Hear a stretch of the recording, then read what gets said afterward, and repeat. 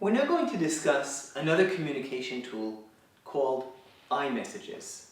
In order to understand what an iMessage is and why it's a helpful communication tool, we need to go back to our discussion of the communication loop and the fact that in between my conveying a message to my counterpart and that message being received by my counterpart, the message goes through filters. And one of those filters is a defensive filter that all of us have in our minds, which provide the following protection. When somebody accuses us of something, or says something that we perceive as being threatening, accusatory, blaming, our mind shuts down and doesn't let too much of that message in. The mind then goes into thinking up ways to counter-argue whatever has been said, or just thinking of negative things about the party who said it, and all sorts of things like that. But most importantly, the message itself does not continue through to be processed in the more cognitive parts of the brain. And that is a very familiar pattern in negotiation, that we tell someone, well, you're going to something, you're going to give me this, or you need to do that for me, you're always like this, and I need you to do that. And whenever we convey messages like this, we are doing two things at the same time. We are saying someone about the other person, and we are diminishing their capacity to intake the core of our message at one and the same time. So, in essence, by using this type of communication, what is called iMessages, by using iMessages, we are playing against ourselves. So, what type of message might we be able to use that will manage to pass through the communication channel and the filter setup and the noise and find its way in to the other's to the other's cognitive processing, for the other to think about whether he or she might actually want to give us whatever it is that we're asking for? Well, one message that is particularly effective is, in essence, the opposite of a iMessage, the opposite of a shutting down, blaming, accusatory message, and it's what we call an iMessage. What is an iMessage? Well, an iMessage is a message that focuses, as the transmitter, I'm focusing on myself, on my own opinion, thought, position, emotions, desires, needs, and so on and so forth.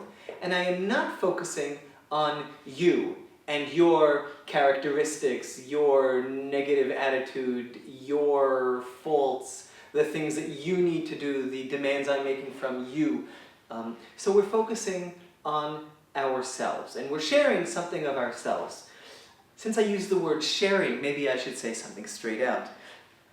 I'm not introducing a nice way of communicating. This isn't about being nice. This is about being effective. If we've seen that a iMessage shuts the other's brain down and doesn't let messages in through the filter, we're looking for a way around those filters and into the other's head. Okay? An iMessage passes through those filters effectively. They don't shut down the other's listening capacity. Just as an example, let's say that I'm negotiating with my landlord, who has just notified me that he wants to raise the rent for my apartment. If I would say, how can you raise the rent? That's heartless. Chances are, my landlord would not listen to much of that, message. It's an uncomfortable message to listen to. You have to live with yourself being heartless. Nobody likes being told that they're heartless, and nobody likes being told that they can or cannot do something, or that what they did or intend to do is illegitimate or wrong. So by saying that, even though I firmly believe that what my landlord is doing is wrong, and I want to convey that to him, I'm also shutting down his capacity to listen to me. If instead I would say, I can't imagine how my life would change if I would have to pay another $300 a month in rent. That would just be unbearable. So I've said more or less the same content. Okay? I'm against raising the rent. I feel very strongly about it. It would impact me in a very, very negative way, and I intend to oppose it. However, I've said it in a way that doesn't necessarily shut down the other party. Will my landlord necessarily say, okay, then now I understand? No, of course not. Of course not. But I have said my first message, the message that I don't like, that I oppose to, that I think it's wrong, I have said that in a way that he has now heard, and now the conversation will proceed from there. A powerful element of an iMessage is that it doesn't lend itself easily to a kind of an instinctive or a knee-jerk no. So when I tell the other party, you have to give me that, if he or she would just say, no, that's a natural response to a demand. You're wrong about that. No, I'm not. Okay? You need to give me this. No, I won't. The no flows from the demand. It's a knee-jerk response to the demand. You messages invite a no. You need to give me $500 more for the rent. No, I don't want to give you that. Okay? Here's the price that you're going to give me per unit for whatever it is. No, I'm not going to give you that. There's a knee-jerk, instinctive, negative response to a you message. When you say an iMessage, you say something like, I can't imagine what my life would look like if I had to pay more rent. It's not that the landlord has to give me what I want. It's just, there's no quick and easy way to say no to that. I can't imagine how my life would look if I had to pay more rent. No. It just doesn't fit. So in order to give a negative response to what I said, my landlord has to think about what I have said and then say, yes, well, but on the other hand, I want to earn more money on the house. That's a conversation that we can have.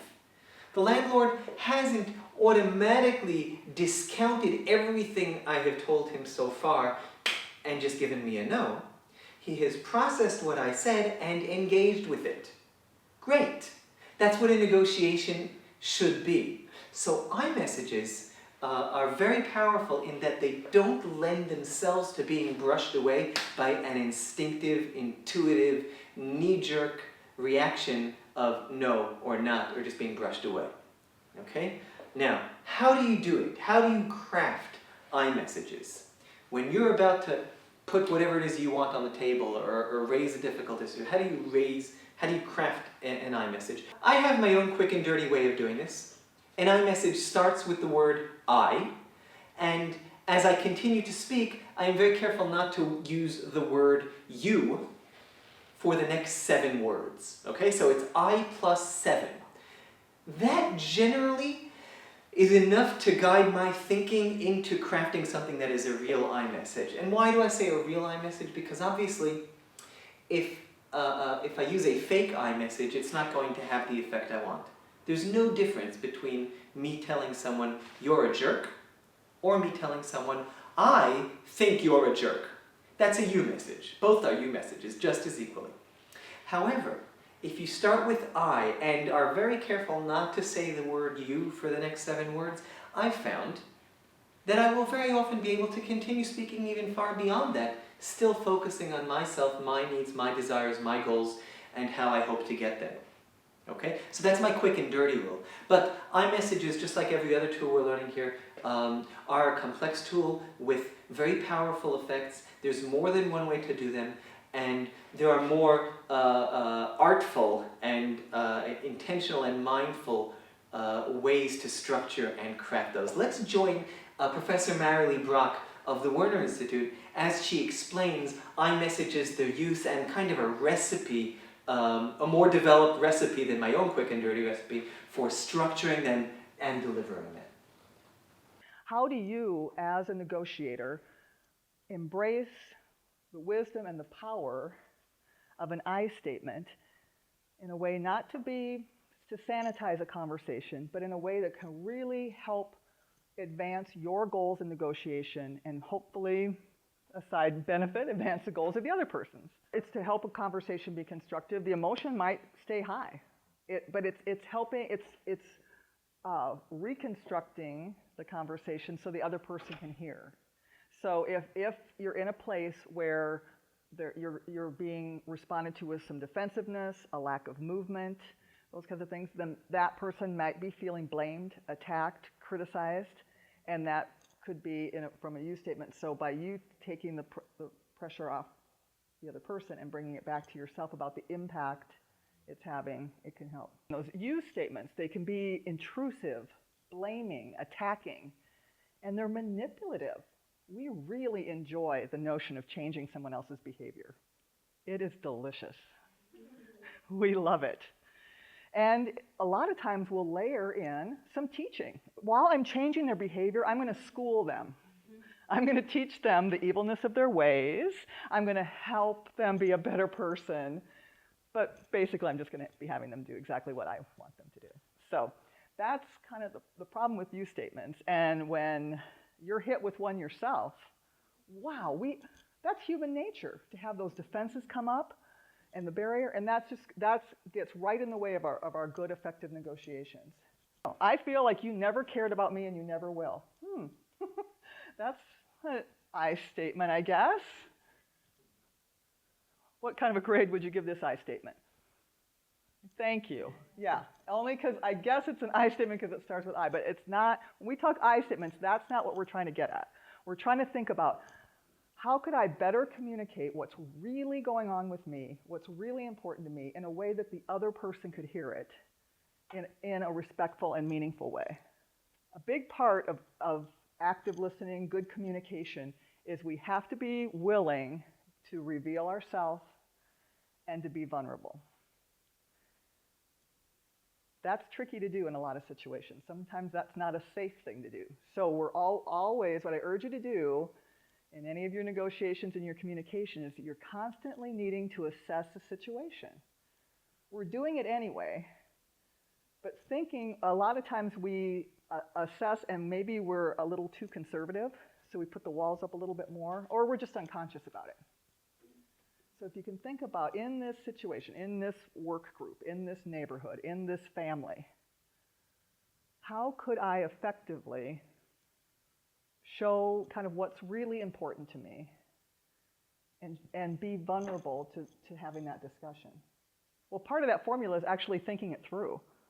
At least speaking from myself, I don't think we often reject making I statements or being true to ourselves. We're just flying along, multitasking, kind of, we're in a conversation, but we're already thinking about 4 more things we're going to be doing in just a few minutes. And so really hitting that pause button, staying present in the moment, figuring out, who am I, what place am I playing in this, and where am I going? Now, realistically, do we have time to do that for every statement we make all throughout the day? No.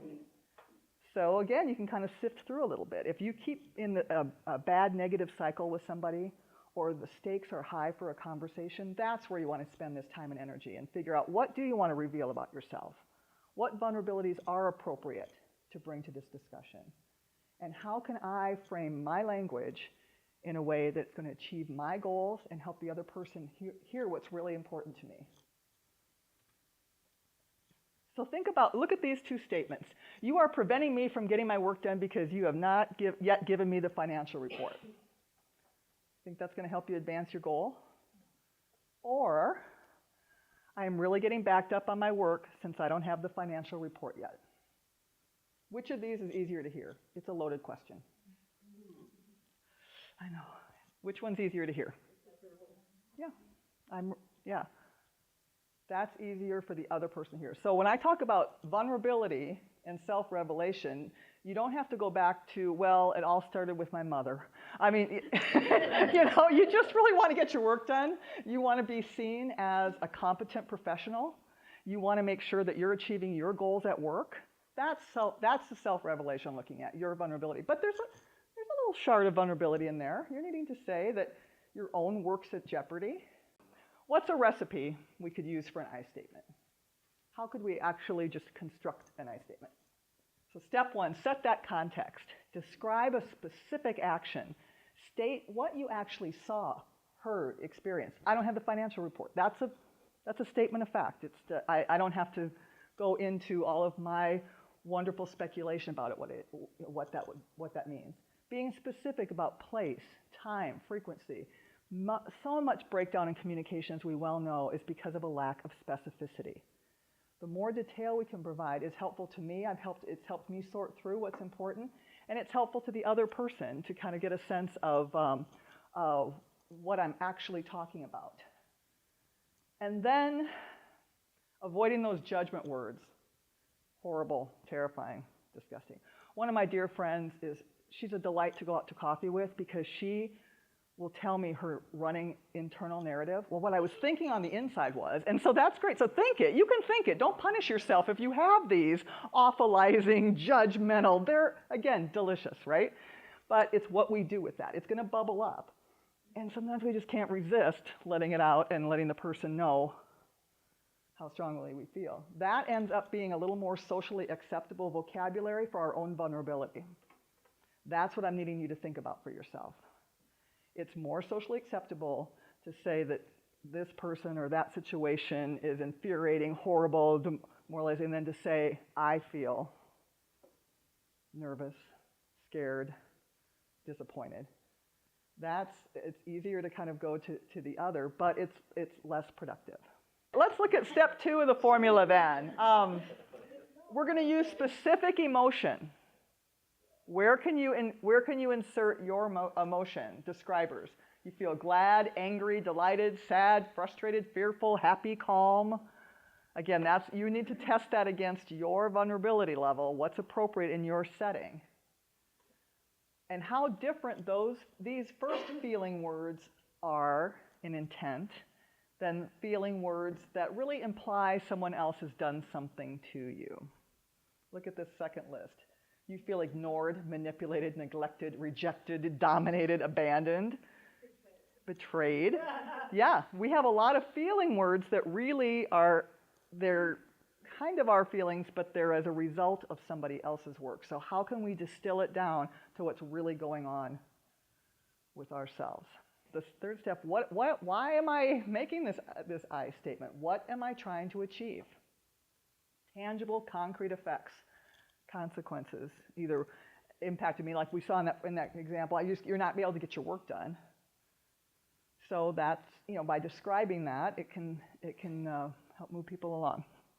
So there we have it. So iMessages are a very powerful tool for conveying our own message across the communication channel, through the filters, and hopefully lodging themselves within the other's cognitive processing capacity. Now, what might that look like in practice? So let's look at 2 different ways in which iMessages might be using. The first one we'll look at is using iMessages as a way to respond to things the other party has said. So here are some situations the party says something, the other party will respond by using an iMessage instead of a you message. Let's see how Bernie and I did that. Listen, man, you have got to do something about that dog. It is driving me crazy. I'm not able to sleep and it just keeps on barking. Do something. When you moved in here, you knew this was a place that had allowed dogs and allowed kids. So what did you expect? You expect that they only allowed old dogs who were about to die or something? This is what you get in an apartment like this. Go deal with it.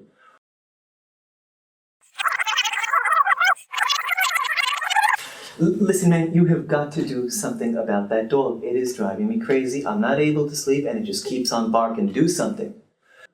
I would very much like to be able to promise you that I could do something, but I actually do not know what to do to quiet my dog down. I've tried a lot of things, and I'm very concerned that I'm just going to keep on getting pressure from you, and this is a dog that means a lot to my family. You know that new home entertainment system that you've got? Do you know how much noise it makes, how much it booms late at night when I'm trying to put my kids together, how much it's keeping us all awake and giving us all headaches? All you seem to be concerned about is the dog and the kids. You don't seem to understand how much you're invading our space as well. Invading your space? I'm surprised that you hear anything at all. I mean, you've got your dog barking the whole time. I don't know how you even hear the stereo speaker. And the truth is that doesn't even bother you at all. You're just making crap up because you don't want to deal with the issue.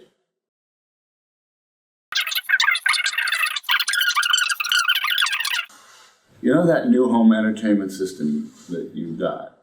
Do you know how much noise it makes, how much it booms late at night when I'm trying to put my kids together, how much it's keeping us all awake and giving us all headaches. All you seem to be concerned about is the dog and the kids. You don't seem to understand how much you're invading our space as well. Man, I really love that system, and I bought it just last week, and maybe I did get carried away with it. Probably not, but maybe I did. I'm learning how to use it. And yeah, I fully intend to keep watching my movies, keep watching my stuff.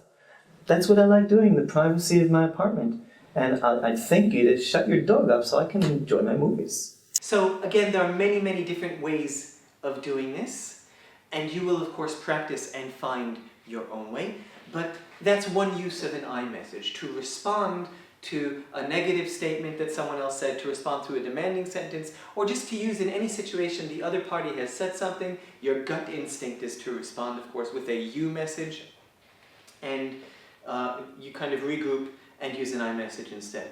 Another use of iMessages, and this is a use for which iMessages are particularly powerful, is using iMessages in order to raise difficult topics for negotiation. In other words, in negotiation we might be faced with the choice of how to put a topic on the table. And do we put the topic on the table as saying, you're always X and Y and Z and you need to A and B and C? Or might we, which will of course, as we've seen, will cause the other to shut down, to build up their defenses, to be thinking, after our third word, they'll be thinking about how they're going to correct us and turn the blame back on us and show us while we're wrong? Or might we raise a topic for negotiation through using an iMessage in the hope that that will actually bring the topic to the table for discussion? Let's see what that looks like. You have that new home entertainment system blasting all the time. You must not give a darn about the impact it has on us. You have it playing when it is time for me to put my kids to bed, late in the evening when I'm trying to go to sleep, and you have the gall then to go and say the problem is my dog who barks occasionally. You're really quite the aware of what we're doing to you and totally unconcerned about what you're doing to us. I don't know if you are aware of this, but when you play your new home entertainment system, whatever movies or music videos, whatever you're watching late at night, I have a hard time getting my kids to sleep. It interferes with that, and it interferes with my own sleep.